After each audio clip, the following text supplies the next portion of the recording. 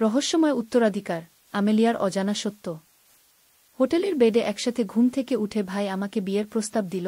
আমি স্তব্ধ হয়ে গেলাম যখন আমার ভাই অনুরাগ বলল, হোটেলের সেই ডাবল বেডে একসাথে ঘুম থেকে উঠে, তোর হাত আমার বুকে আর আমার হাত তোর কোমরে দেখে সবকিছু পরিষ্কার হয়ে গেল। তুই ফিসফিস করে বললি, কি হতো যদি আমরা ভাইবোন না হতাম? আমি উত্তর দিলাম, আমরা যা অনুভব করছি তা নিষিদ্ধ হতে পারে, কিন্তু আমি আর লুকাতে পারছি না। আমি তোকে বিয়ে করতে চাই, আমার স্ত্রী হিসেবে, ভবিষ্যতের সঙ্গিনী হিসেবে। তোমার উত্তর কি? আমি আর আমার ভাই অনুরাগ একসাথে একটি কনফারেন্সে গিয়েছিলাম। হোটেলের শেষ মুহূর্তে কোনো ডাবল রুম ছাড়া কিছু ছিল না, তাই আমরা একই রুমে থাকতে রাজি হয়েছিলাম। সেদিন রাতে অনেক ঘুরে আমরা ক্লান্ত হয়ে রুমে ফিরেছিলাম। আমরা দুজনেই একই বেডে শুয়ে ঘুমিয়ে পড়েছিলাম। সকালে যখন ঘুম ভাঙল, দেখি অনুরাগের হাত আমার কোমরে আর আমার হাত তার বুকে। আমি একটু লজ্জা পেয়ে হাত সরিয়ে নিলাম। হেসে বললাম, দেখ আমরা কিভাবে ঘুমিয়েছিলাম। কি হতো যদি আমরা ভাইবোন না হতাম? আমি এটা একটা মজার কথা হিসেবে বলেছিলাম। কিন্তু অনুরাগ বিশ্বাসটাকে অন্যভাবে নিল।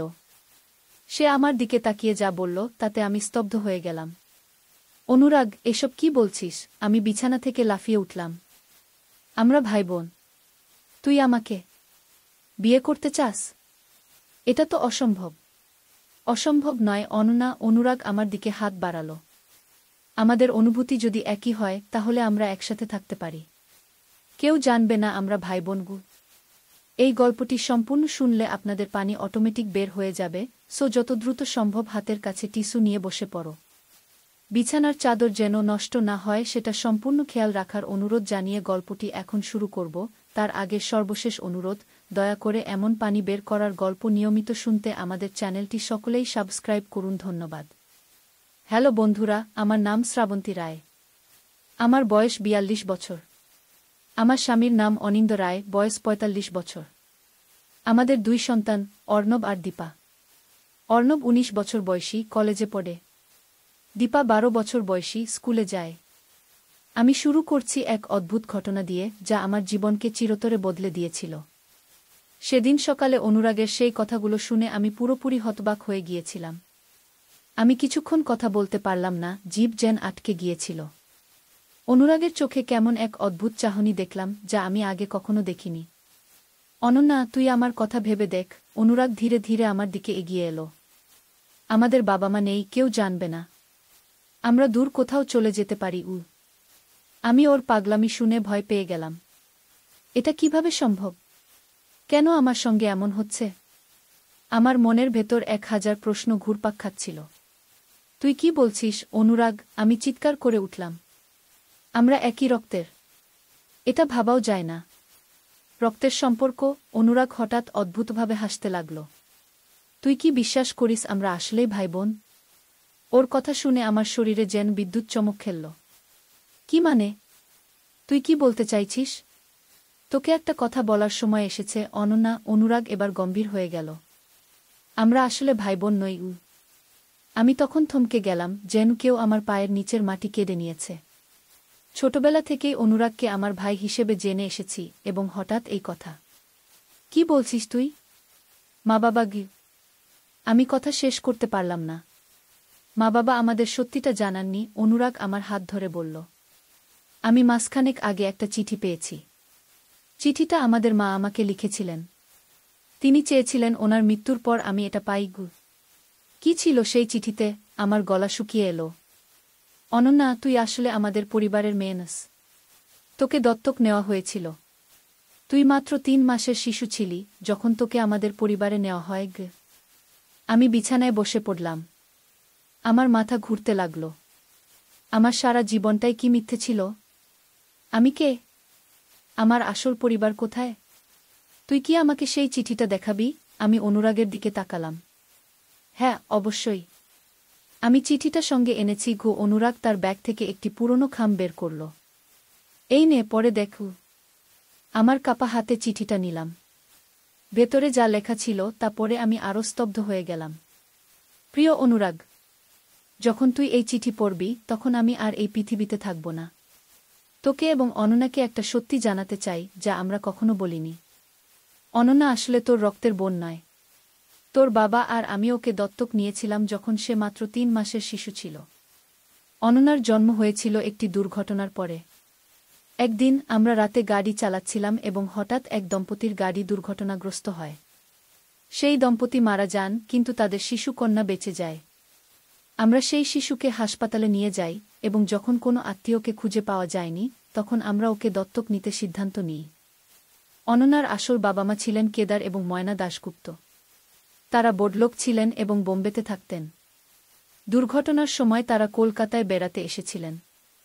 আমি জানি তোরা দুজন খুব ঘনিষ্ঠ এবং সব সময় একে অপরকে সাহায্য করেছিস। আমি চাই তোরা এই সত্যি জেনেও ভালোবাসা অক্ষুণ্ণ রাখিস। আমি তোদের দুজনকেই সমানভাবে ভালোবাসি। ভালোবাসা সহ, মা-ই। চিঠিটা পড়ে আমার চোখে পানি এসে গেল। আমার সারা জীবনের বিশ্বাস একটা চিঠিতে ভেঙে চুরমার হয়ে গেল। আমি কে? আমার পরিচয় কি? অনুরাগ কেন আমাকে এই সত্যি এখন জানালো? অনুরাগ, তুই কতদিন ধরে এটা জানিস? আমি কাপা গলা জিজ্ঞেস করলাম। প্রায় 1 মাস, সে স্বীকার করল।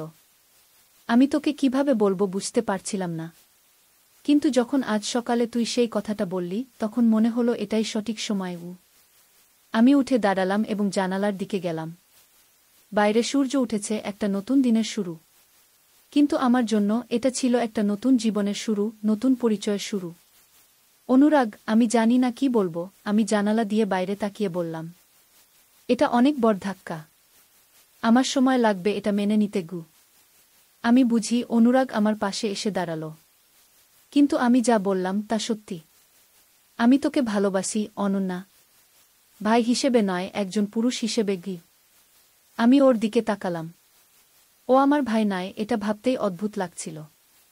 বছরের পর বছর ধরে আমি যাকে ভাই হিসেবে জেনেছি, সে আসলে আমার কেউ নয়। আমার মন দ্বিধায় পড়ে গেল। আমি এখনই কোনো সিদ্ধান্ত নিতে পারছি না, আমি বললাম। আমাকে ভাবতে দে। আমার মাথাটা পরিষ্কার করতে হবে। অবশ্যই, সে বলল। কিন্তু একটা কথা মনে রাখিস, আমরা দুজনই মুক্ত। আমরা যা চাই তা করতে পারি। আমি আস্তে করে মাথা নাড়লাম। এখনও বিশ্বাসটা আমার কাছে পুরোপুরি বাস্তব মনে হচ্ছিল না। আমি একটু একা থাকতে চাই, আমি বললাম। আমি একটু বেরিয়ে আসছি। কোথায় যাবি? অনুরাগ জিজ্ঞেস করল। জানি না, শুধু হাঁটতে চাই। আমি কাপড় পরে হোটেল থেকে বেরিয়ে গেলাম। শহরের রাস্তায় একা হাঁটতে লাগলাম। চারদিকে লোকজন, গাড়ি, হইচই, কিন্তু আমি নিজেকে একান্ত একা বোধ করছিলাম। আমার সমস্ত পরিচয় যেন কেউ কেড়ে নিয়েছে। আমি কে? আমার আসল পরিবার কারা? কেন আমার বাবা-মা আমাকে সত্যি বলেননি? শহরের একটা পার্কে গিয়ে একটা বেঞ্চিতে বসলাম। আমার ফোন বেজে উঠল। অনুরাগের কল। আমি ফোনটা সাইলেন্ট করে দিলাম। আমি এখন ওর সাথে কথা বলতে পারবো না। এমন সময় আমার চোখ পড়ল একটা পুরনো বইয়ের দোকানের দিকে। না জানি কেন আমি সেদিকে চলে গেলাম। দোকানে ঢুকে দেখি ধুলো ভরা পুরনো বইয়ের তাক। দোকানের মালিক, একজন বয়স্ক ভদ্রলোক, আমাকে দেখে হাসলেন। কি খুঁজছেন? তিনি জিজ্ঞেস করলেন। কিছু না, আমি উত্তর দিলাম। শুধু দেখছি। আমি বইয়ের তাকের সামনে দাঁড়িয়ে থাকলাম। হঠাৎ আমার চোখ পড়ল একটা পুরনো ফটো অ্যালবামের দিকে। কলকাতার পুরনো দিন লেখা ছিল কভারে। আমি অ্যালবামটি হাতে নিলাম এবং পাতা উল্টাতে লাগলাম। হঠাৎ একটি ছবিতে আমার চোখ আটকে গেল। একটি দম্পতি একটি শিশুকে নিয়ে দাঁড়িয়ে আছেন। দম্পতির আকৃতি আমার চোখে খুব পরিচিত মনে হলো, যেন আমি তাদের চিনি। শিশুটির দিকে তাকিয়ে আমার বুক ধক করে উঠল। এই ছবিটা কার? আমি দোকানের মালিককে জিজ্ঞেস করলাম। তিনি চশমা পরে ছবিটির দিকে তাকালেন। ওহ, এটা কলকাতার বিখ্যাত দাশগুপ্ত পরিবারের কেদার দাশগুপ্ত আর তার স্ত্রী ময়না। তারা প্রায় 40 বছর আগে একটি দুর্ঘটনায় মারা যান। আমার হৃদয় থেমে গেল। দাশগুপ্ত, মায়ের চিঠিতে উল্লেখিত সেই একই পরিবার। এই শিশুটিকে? ওটা তাদের কন্যা আমেলিয়া দাশগুপ্ত। দুর্ঘটনায় সেও মারা গিয়েছিল বলে শোনা যায়। আমেলিয়া দাশগুপ্ত। আমার আসল নাম কি এটাই? আমি কি সেই শিশু? এই অ্যালবামটা কিনতে চান? দোকানের মালিক জিজ্ঞেস করলেন। হ্যাঁ, আমি দ্রুত উত্তর দিলাম। অ্যালবামটা কিনে আমি হোটেলে ফিরে এলাম। অনুরাগ রুমে ছিল না। একটা নোট রেখে গিয়েছিল। অনন্যা, আমি জানি তোর ভাবার সময় দরকার। আমি ক্যাফেতে আছি। যখন কথা বলতে চাইবি আমাকে খুঁজে নিস। অনুরাগ। আমি অ্যালবামটা খুললাম এবং সেই ছবিটির দিকে আবার তাকালাম। আমার আসল বাবা-মার ছবি। তারা কেমন ছিলেন? তাদের স্বপ্ন, আশা, ভালোবাসা সবকিছু হারিয়ে গিয়েছিল সেই দুর্ঘটনায়। আমি ল্যাপটপ খুললাম এবং ইন্টারনেটে সার্চ করতে লাগলাম, কেদার দাশগুপ্ত, ময়না দাশগুপ্ত দুর্ঘটনা। কিছু পুরনো নিউজ পেপার আর্টিকেল পেলাম। 40 বছর আগে একটি কার দুর্ঘটনায় একটি বিখ্যাত বাঙালি দম্পতি মারা যান। তাদের শিশু কন্যা সম্পর্কে কোনো তথ্য ছিল না। এবং তারপর আমি একটি আর্টিকেল পেলাম যেখানে লেখা ছিল, দাশগুপ্ত দম্পতির মৃত্যুর পর তাদের বিশাল সম্পত্তি অনাথ হয়ে পড়ে। কোনো উত্তরাধিকারী না থাকায়। উত্তরাধিকারী না থাকায়? কিন্তু আমি তো আছি। আমি তাদের মেয়ে। আমার মনে প্রশ্ন জাগল, কেন কেউ আমার সম্পর্কে জানত না? কেন আমার পালক বাবা-মা এই বিষয়ে কিছু বলেননি? আমি আরও গভীরভাবে সার্চ করতে লাগলাম এবং আরেকটি তথ্য পেলাম, দাশগুপ্ত পরিবারের একমাত্র জীবিত আত্মীয় হলেন কেদারের ভাই, অরিন্দম দাশগুপ্ত। তিনি এখন প্রায় 80 বছর বয়সী এবং কলকাতার একটি বাড়িতে বাস করেন। আমি দ্রুত আরেকটি সার্চ করলাম অরিন্দম দাশগুপ্তের ঠিকানা জানার জন্য। একটি পুরনো ডিরেক্টরিতে তার ঠিকানা পেলাম, 7-8B Ballygunge circular road, Kolkata. আমার মনে হলো এই মানুষটি আমার একমাত্র সম্পর্ক আমার আসল পরিবারের সাথে। তাকে দেখতেই হবে আমাকে। আমি রুম থেকে বেরিয়ে ক্যাফেতে গেলাম। অনুরাগ সেখানে বসে কফি খাচ্ছিল। আমাকে দেখে উঠে দাঁড়ালো। অনন্যা, তুই ঠিক আছিস? সে জিজ্ঞেস করল। আমি কলকাতা যাব, আমি দৃঢ় কণ্ঠে বললাম। কলকাতা? কেন? অনুরাগ অবাক হয়ে জিজ্ঞেস করল। আমি তাকে অ্যালবাম দেখালাম এবং আমার সমস্ত আবিষ্কারের কথা বললাম।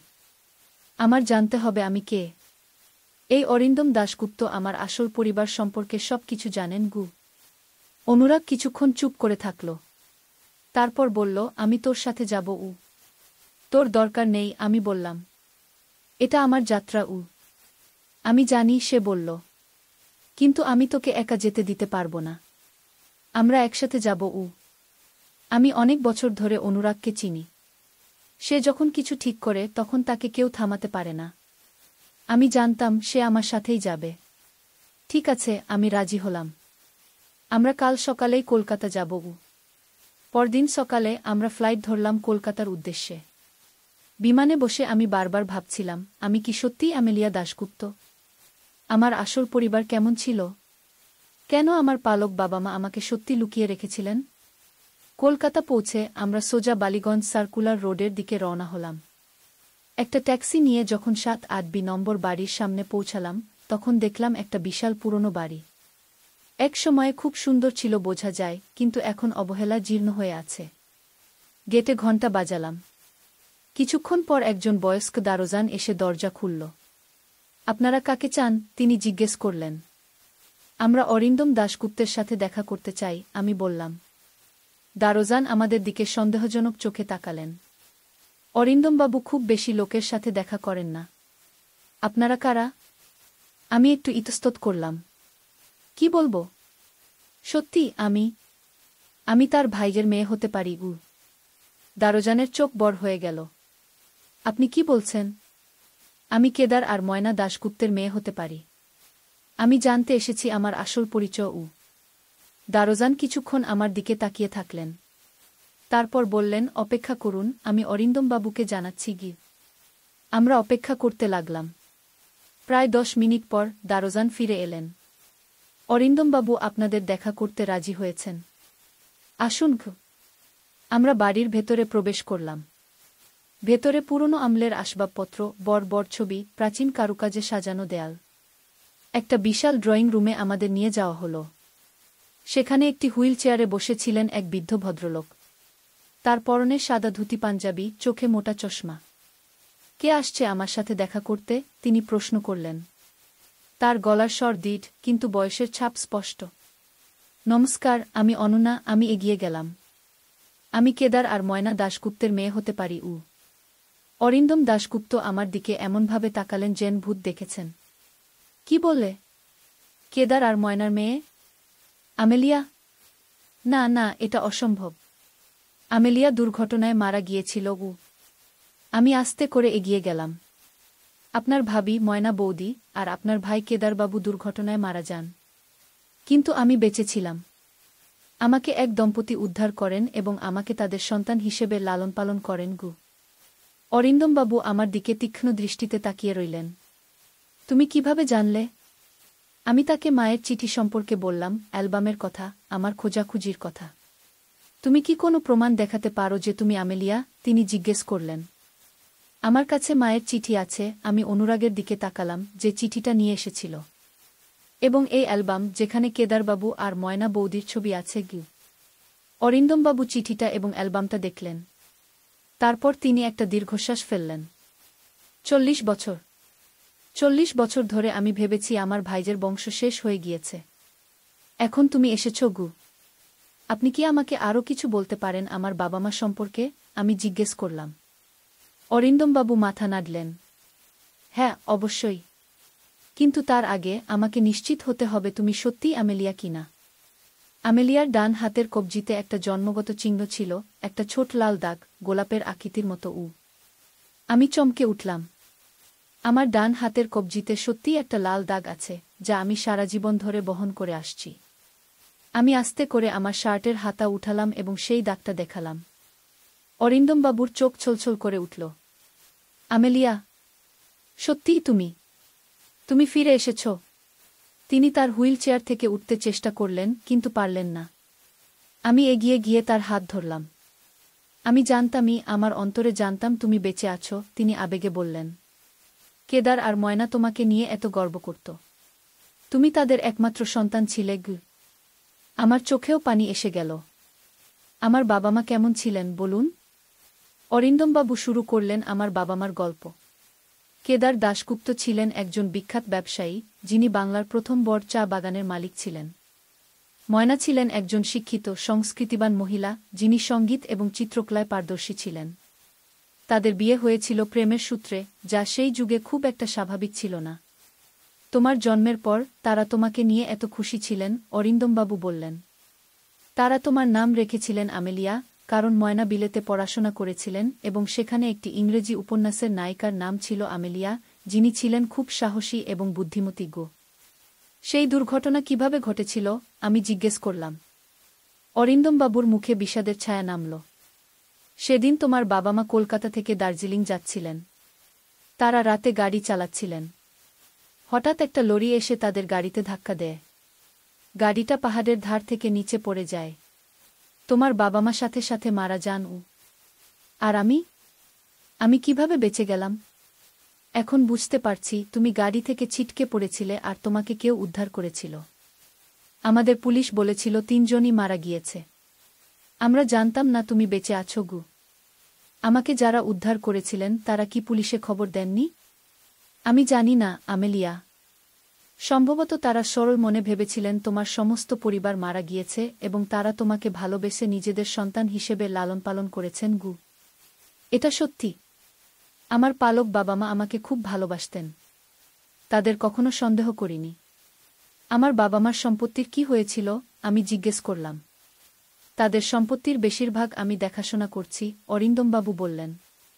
চা বাগানগুলো, বোম্বেতে থাকা বাড়ি, কলকাতার এই বাড়ি, আমি সবকিছু যত্ন সহকারে রেখেছি, আশায় যে একদিন তোমাকে ফিরে পাব গু। কিন্তু কিভাবে? আপনি কি জানতেন আমি বেঁচে আছি?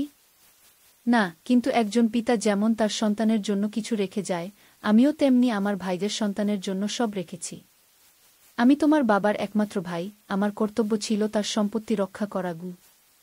আমার হৃদয় কৃতজ্ঞতায় ভরে গেল। এই বৃদ্ধ মানুষটি 40 বছর ধরে আশায় বসেছিলেন। এবং এখন আমি এসেছি। কি করে প্রমাণ করব যে আমি সত্যিই আমেলিয়া? আমি জিজ্ঞেস করলাম।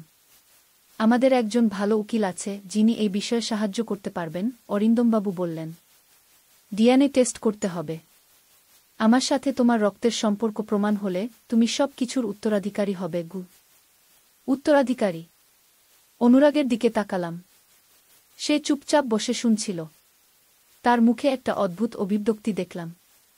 আমি টাকা পয়সার জন্য আসিনি, আমি অরিন্দমবাবুকে বললাম। আমি শুধু জানতে চেয়েছিলাম আমি কে, আমার আসল পরিবার কারা গিয়ে। আমি জানি মা, তিনি আমার হাত ধরে বললেন। কিন্তু তুমি দাশগুপ্ত পরিবারের একমাত্র উত্তরাধিকারী। তোমার বাবা মার সম্পত্তি তোমারই প্রাপ্য। আমরা সেদিন অনেকক্ষণ ধরে কথা বললাম। অরিন্দমবাবু আমাকে তার ফোন নম্বর দিলেন এবং বললেন তিনি উকিলের সাথে যোগাযোগ করবেন। আমরা হোটেলে ফিরে এলাম। তুই কেমন আছিস? অনুরাগ জিজ্ঞেস করল। জানি না, আমি সত্যি উত্তর দিলাম। এত কিছু ঘটে গেল, আমার এখনো বিশ্বাস হচ্ছে না। আমি তোকে একটা কথা বলতে চাই, অনুরাগ গম্ভীর হয়ে বলল। আমি যখন তোকে বললাম যে আমি তোকে ভালোবাসি, ভাই হিসেবে নয়, আমি সত্যি বলেছিলাম। কিন্তু এখন এই নতুন পরিস্থিতিতে কি? আমি অধৈর্য হয়ে জিজ্ঞেস করলাম। তুই এখন একজন ধনী ব্যক্তির উত্তরাধিকারী। সে হাসল। আমি চাই না তুই ভাবিস আমি তোর টাকার জন্য তোকে চাই। আমি হেসে উঠলাম। একটা ভারী বোঝা যেন নেমে গেল আমার বুক থেকে। কি মূর্খের মতো কথা বলছিস অনুরাগ? আমি তোকে এত বছর ধরে চিনি। আমি যখন অনন্যা ছিলাম তখনও তুই আমাকে ভালোবাসতিস। এখন আমি আমেলিয়া, তাতে কিছু যায় আসে না। অনুরাগ আস্তে করে আমার কাছে এলো।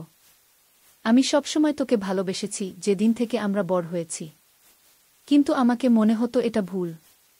এখন জানলাম আমাদের ভালোবাসা নিষিদ্ধ নয়, এটা আমাদের ভাগ্য যে আমরা একে অপরকে পেয়েছি। আমি তার দিকে তাকালাম। এই লোকটা, যাকে আমি সারা জীবন ভাই হিসেবে চিনেছি, এখন আমার প্রেমিক। জীবন কত বিচিত্র! আমাদের সামনে একটা নতুন জীবন আছে। আমি বললাম, আমি আমেলিয়া দাশগুপ্ত, কেদার আর ময়না দাশগুপ্তের মেয়ে, এবং আমি তোকে আমার পাশে চাই এই নতুন যাত্রায়।